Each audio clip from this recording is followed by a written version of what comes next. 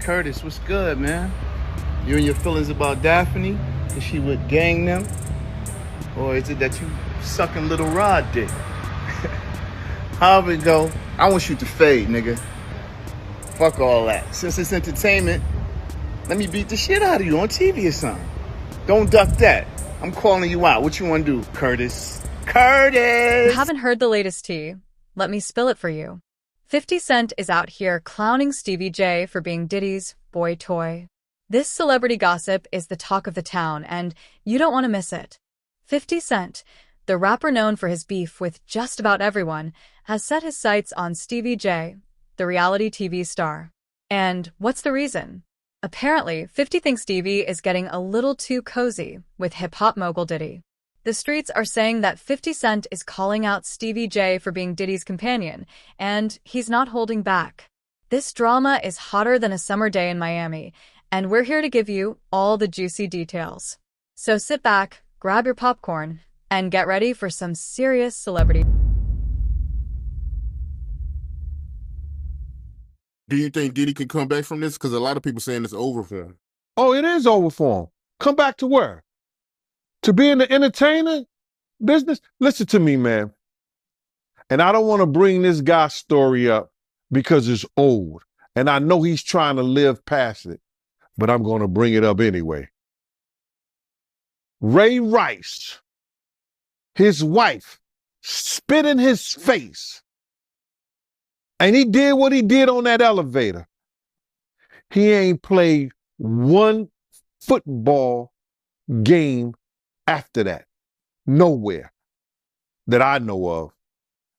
He may have went overseas and played or something like that. I don't know that to be true. But he didn't play in the NFL, a hell of a running back. He ain't played not one down in the NFL after that. No endorsements. Nobody's going to have anything to do with old boy. And when they come out with this other stuff, he going to come back to work. I wouldn't be surprised if he do the ultimate sin, is suicide. Because bruh, he's such a narcissistic that he couldn't stand not being somewhere and not being seen. His whole life, his whole career was about him being seen in the public. It was about him, taking everybody else's dreams and making them his. And now, him nor his kids would profit from anything from Bad Boy or Sean Puffy Combs again. His kids is going to suffer behind this. Wow, man, that's crazy to hear, man. And you knowing Diddy, you think it's a good chance he might take his life? He was talking about taking his life at the City College thing. Yo, D. Ferg, ASAP Ferg's father, say, yo, man, we got to watch him, man. This nigga talking about killing himself. I say, so let him. If you're that weak, I said, let him. And he said, Eugene, why you say that? I said, man, listen to me, man. He ain't no good to nobody if he talking about hurting himself. His life don't belong to him. His life belong to God. What he should be trying to do right now is work his way towards God now, for real, and not that devil he been worshiping. That those people got him believing, you understand, that's the true God. Because everything from what I know, since I've been around him, everything that's gone forward has been that of the devil. The drugs, the alcohol, the partying, everything has been of the devil. Now, before we get into the nitty-gritty of this juicy drama, let's take a step back and look at how we got here in the first place. You see, 50 Cent ain't exactly known for being a wallflower, if you catch my drift. This man has a reputation for speaking his mind and stirring up trouble wherever he goes. He's been in more beefs than a butcher shop, and he's not afraid to call out anyone who crosses him. But what about Stevie J? Well, he and Diddy go way back. They've been tight for years, working together on all sorts of projects. Some folks even say they're more than just friends, if you know what I mean. But hey, that's just what the streets are saying. Now, 50 Cent and Stevie J, they don't exactly have a history of being besties. There's been some tension between them for a minute now. Maybe it's because they run in the same circles, or maybe it's just because they both got big personalities, who knows. But what we do know is that 50 Cent has been taking shots at Stevie J for a while now. He's made some slick comments here and there, but nothing too serious.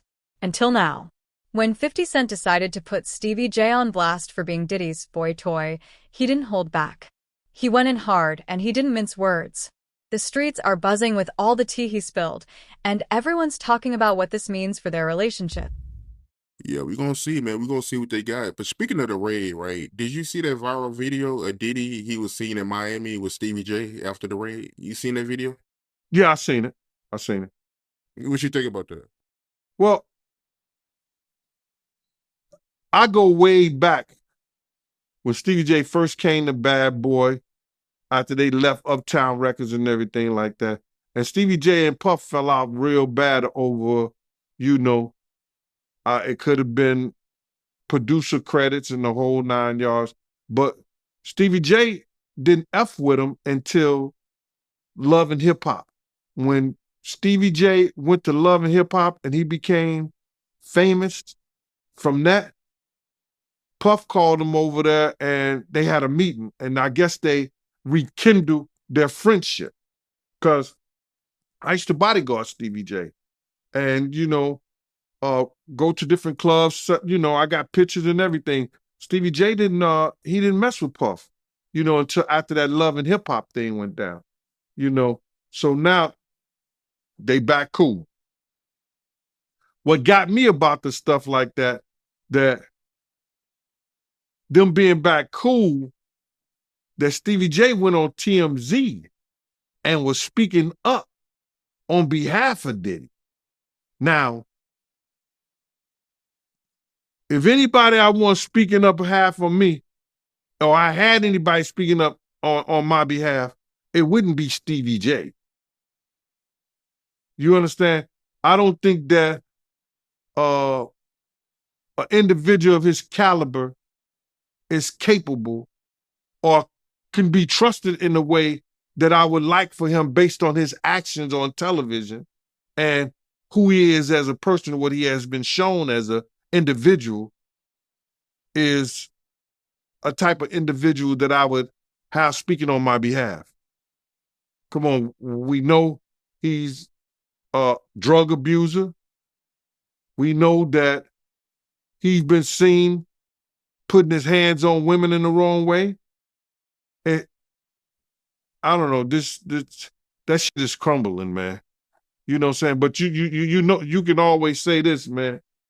And the infamous words of one of the world's greatest comedians, Richard Pryor, cocaine is a hell of a drug.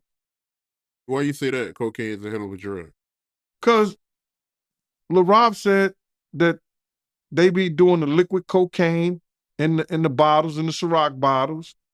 We know Stevie J been in countless rehabs back and forth. We know, we've heard of Puff being in rehabs secretly. Exactly did 50 Cent say? And how did Stevie J and Diddy react? Girl, I got the scoop, and I'm about to spill it all. So grab your popcorn and get ready, because this drama is about to get even juicier. 50 Cent didn't just throw a little shade at Stevie J, he straight up put him on blast. It all started when 50 took to Instagram to share his thoughts on Stevie J's relationship with Diddy. And let me tell you, he didn't hold back one bit. Rehabs too. So, my man, when you get on those type of psychotropical, I think it's psychotropical drugs, man, and you start believing your own bullshit, and them two individuals together, man, you know they got to be crazy. Some got to be wrong with when he stood up there, he said that he want to challenge 50. And I don't know much about that clout. Him challenging 50 to a fight, and we seen how 50 Cent, we seen how Stevie J fight on Love and Hip Hop and all that other bullshit. Him, Scrappy, him, this other cat. My man, there's no way. There's no way. He don't want it with 50, bro.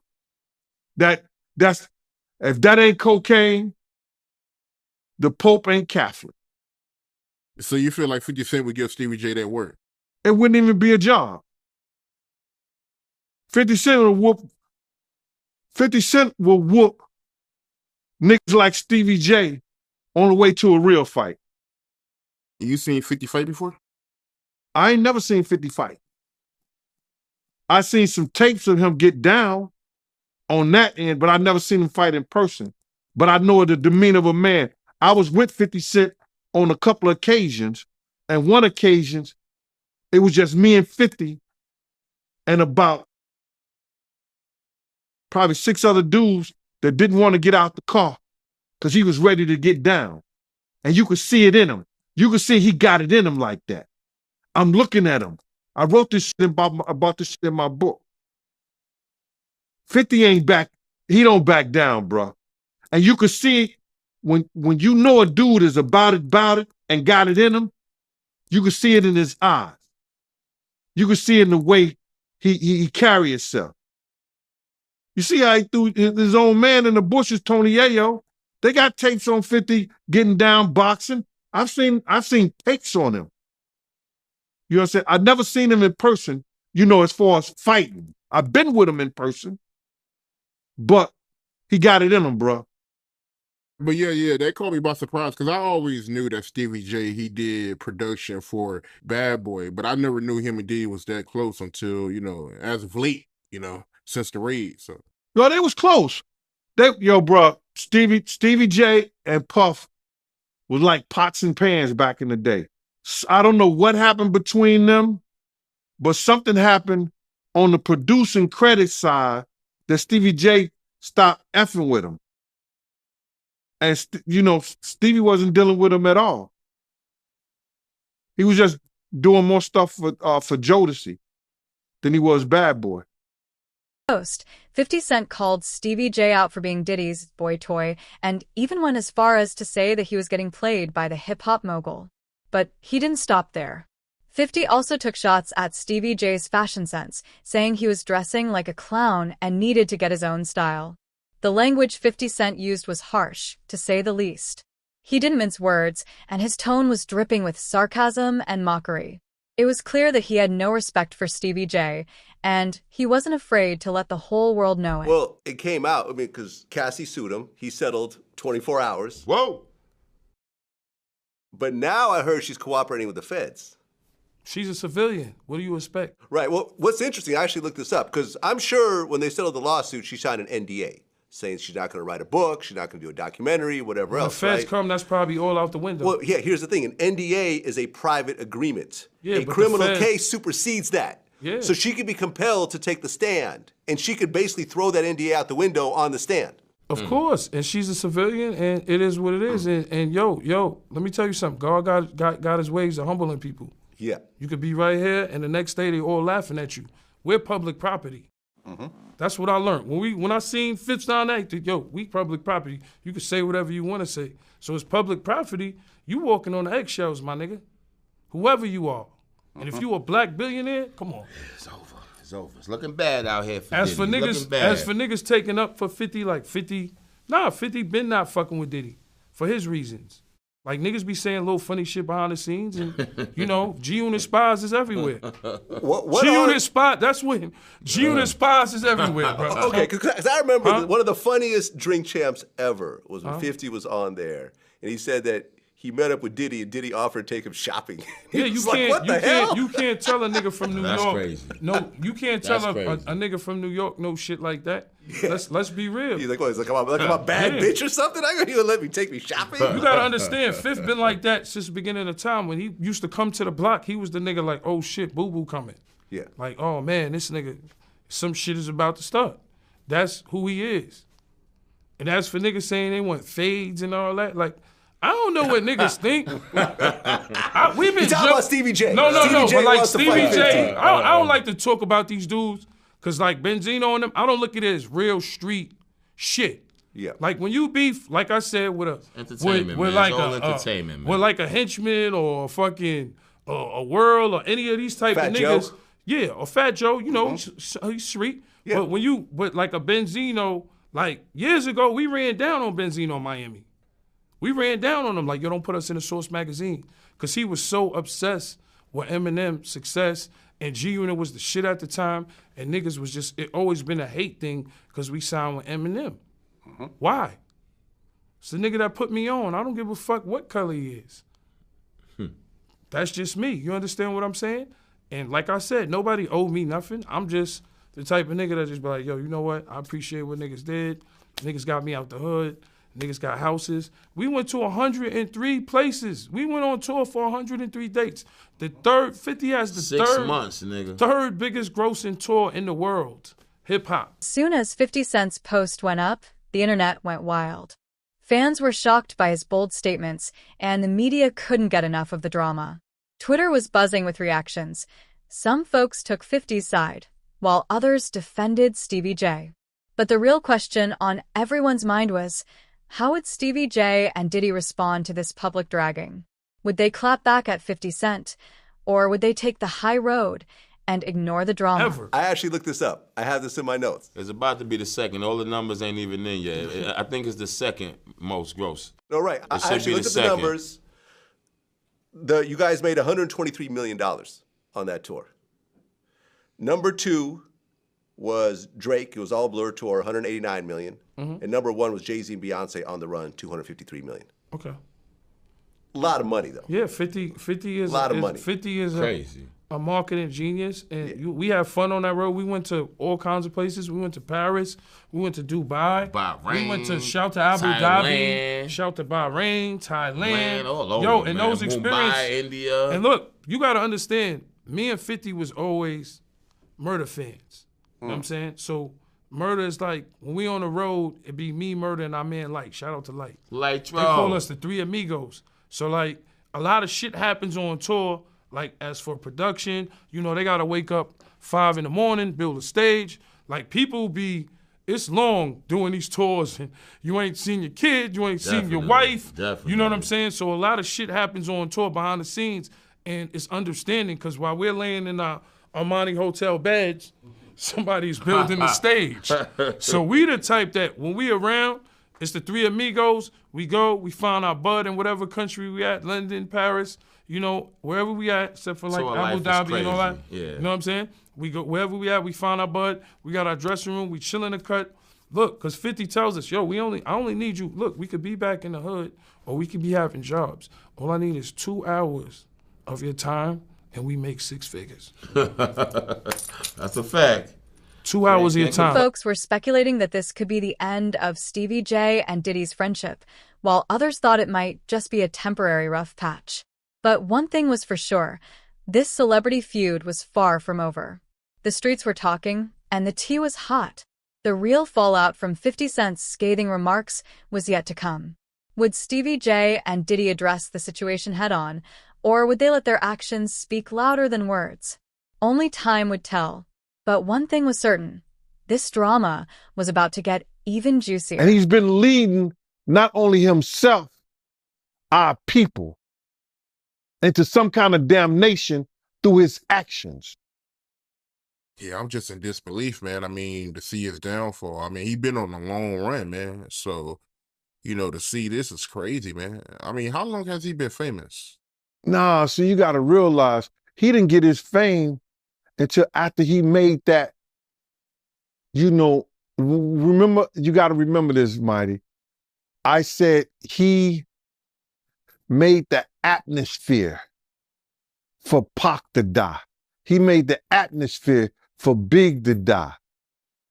He created the atmosphere, you understand, for Suge Knight to go to jail, because that's what came out of his mouth. So that didn't happen. His fame he didn't really become famous until after the death of Tupac and the Notorious Big, brother. So that's like 97. He went on that whole Bad Boy tour with the #1 song in the world, Missing You, where he stole the thing from Sting and the music from Source Money, the lyrics from Source Money. Didn't even want to pay that man his money. Waited all those years to pay that man his money. He was stealing people's dreams, man. He's the cause of a lot of people's death, and people ain't gonna see it the way I see it. But when you steal somebody's dreams, Black Rob probably could have changed his life. Probably could have changed the way he thought. Probably could have changed the way he was doing business if he wouldn't have stole G-Dep from him. If he would have treated Craig Mack in the correct way and not try to steal his music, use him in the way that he used Craig Mack to catapult the Notorious Big, Craig Mack's life could have been changed. If he would have never set up the atmosphere and had Big out there in California and bringing Big to that party, the Notorious Big life may still be here. If he wasn't trying to put the Bloods against the Crips, well, they was already against each other anyway, but use the Crips, maybe Tupac wouldn't have never had that altercation. But if ands, and buts were candies and nuts, like I always say, Christmas would be every day. And I understand that. But he set up the atmosphere for a lot of people. Wolf set up the atmosphere between him and BMF. Come on, man. They say one day you got to pay the piper. That's why he getting that smoke. Sauce Money, you brought his name up. He had an issue with... Know the streets are watching. After 50 Cent put Stevie J on blast like that, everyone's wondering how this drama is going to play out and what it means for Stevie J and Diddy's relationship. Everybody knew that Puff took Tupac blueprint and changed Biggs and Bad Boy in image. I Get Around, talked about how fly you was, how many girls you mess with, how many cars you drive, how much money you got, what you willing to do. He took his image. Pac was the first one on the scene wearing Versace shirts. He went and got the same Versace shirts Pac had. Which, all right, some dudes would do that. You would never catch me wearing something that somebody else got. He was knocking down all the women that he thought Pac was knocking down. And what I mean is having sex with them. Why would you want to have sex with women you know for sure a dude that was once cool with you was dealing with? That's that image. Because you got to realize, bruh, Puff and Pac was cool at one time. We know this. Mopreme said that they was going to sign the Bad Boy. So if he's going to sign to Bad Boy, it was because of Corey and them. I put that picture on the internet. I put the picture on my channel of Corey Jones. Is Corey Jones, Corey Jacobs? I think Corey Jacobs and Pac right next to each other. Those was the real bad boys of Bad Boy. You understand? Those are the one who got the 16 to life sentence.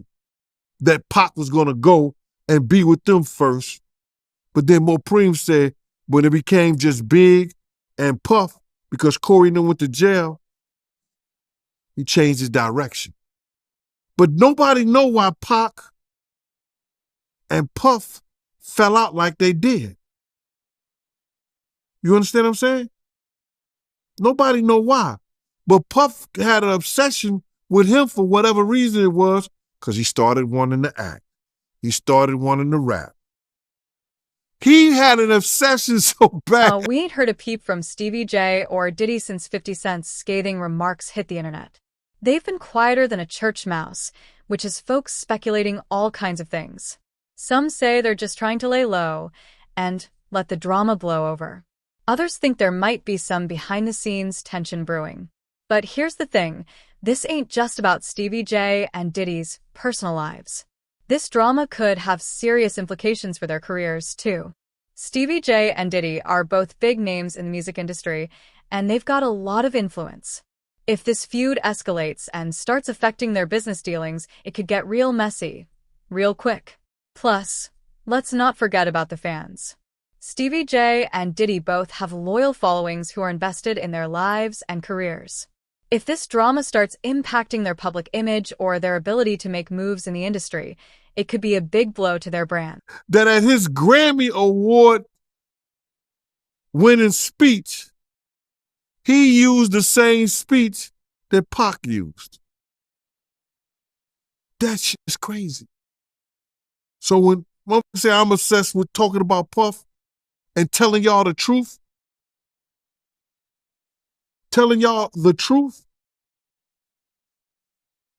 who's obsessed with who?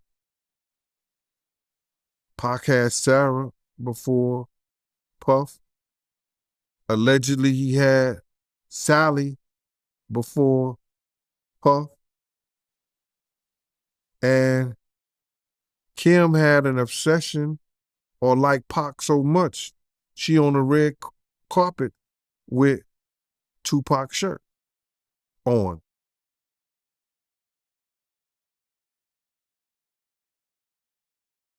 Who's obsessed with who? So you believe Diddy, he only got with Sarah Chapman because Pac, he had her at one point. And it was a bet in the office. Sarah was messing with an NBA basketball player. Puff bet all the niggas didn't believe that he could get it within 2 weeks. $100. So she actually was a $100 bet that he got. And who was the NBA player? I think it was Gary Payton, allegedly. That's what he said. Somebody said, she messed with Gary Payton? I bet you I get it. I bet you I have it within 2 weeks. Me and him and Sarah went to this party in Chicago that he was hosting with the Streets Entertainment. And we went to this store called Cranberry and I forgot, Cranberry, and it's one of those stores like you get fragrance and you get candles, colognes and stuff like that. It's called Cranberry and something. And from that point on, yeah. But you gotta realize, Misa and Kim was friends. Misa and Kim was friends. He started dealing with Kim over Misa.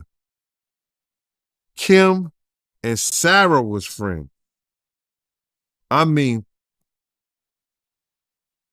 hand to hand, pots and pans. They was close.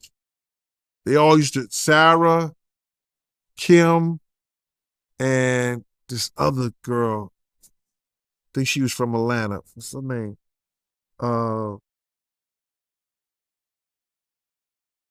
It missed me right now. But they all used to hang together. So then he went from Kim to Sarah. He liked to do the friend thing. Looked like that. You know how these celebrity feuds go. 1 minute they're at each other's throats, and the next, they're all buddy-buddy again. It's hard to say how this one will play out, but one thing's for sure. The streets will be watching every move Stevie J and Diddy make from here on out. Diddy, his baby mom, Lisa Hilton, she came out with a statement saying that she seen the video, and when she seen the video, it brought back her own trauma, and she knows how Cassie feels. Wow. That was big, there. That was big in so many ways, man. I was catching flack, talking about, I never heard of that before. I never heard that Puff ever put his hands on Misa. You just making shit up. If you saw it, you know why you ain't do nothing about it. I didn't see it. And I always say, Mighty, when I heard something, somebody, and these are the people who were saying it, I always say that. I don't try to claim everything. If I see it, I'm going to tell you I saw it, if I want it to be known. But I said I heard he beat her so bad, she had to... Misa was a little thing then too, man. I mean, like, Misa was a little thing. Beautiful little woman, but Misa was like, because I used to when I left Bad Boy, check this out, and people don't know this. When I left when I stopped working for Puff, I started working for Misa. Misa called me up, yo, Gene, I'm scared. I'm afraid. I be wanting to go to parties. I be out. And I know Puff or nobody gonna do anything if I got you with me. I used to bodyguard Misa. She didn't go out all the time. She was trying to get her business up. But when she wanted to go to places and be out and be seen, I was with her. You understand? Misa is like, you know, she may be Asian descent, but she like one of those strict, like those down south mothers. Yo, she did not play. I don't know how Justin got to do some of the things that he's doing now, probably because he went to live with his daddy, but his mama didn't play that. I used to bodyguard her. And that's because she was afraid to be out. Because she didn't want, if she was out with somebody or she was out doing her thing, she didn't want him to say or do anything to her or nobody else. It was for other people too. You understand? So this only proves that the information that I heard somebody and they told me that Puff beat him because of the Eric Sermon. He thought she was dating Eric Sermon, or Eric Sermon had dropped him out. He was in a white Mercedes-Benz. He had dropped her off. He got mad and started beating on her. When he caught up with her. This only proves that one thing happened and some other things probably happened. Because she said that it only brings back her own trauma, bruh. People don't understand, man, when things like that happen to you, man, and you see it happen to other people, what's that, PDST or PSDT or something like that? That shit is a MS. Address the situation head on and try to squash the beef? Or will they let their actions speak louder than words and just keep it moving like nothing ever happened? Only time will tell. But you best believe the tea will be piping hot either way. And let's not forget about 50 Cent's role in all of this. That man knows how to stir up drama like nobody's business, and he's got a track record of taking shots at other celebrities. Who knows what he might say or do next to keep this feud going? All I know is this is some juicy celebrity gossip that's got everyone talking. The fallout from 50 Cent's remarks is just beginning, and the streets are ready for whatever tea gets spilled next. So stay tuned, because this drama is far from over.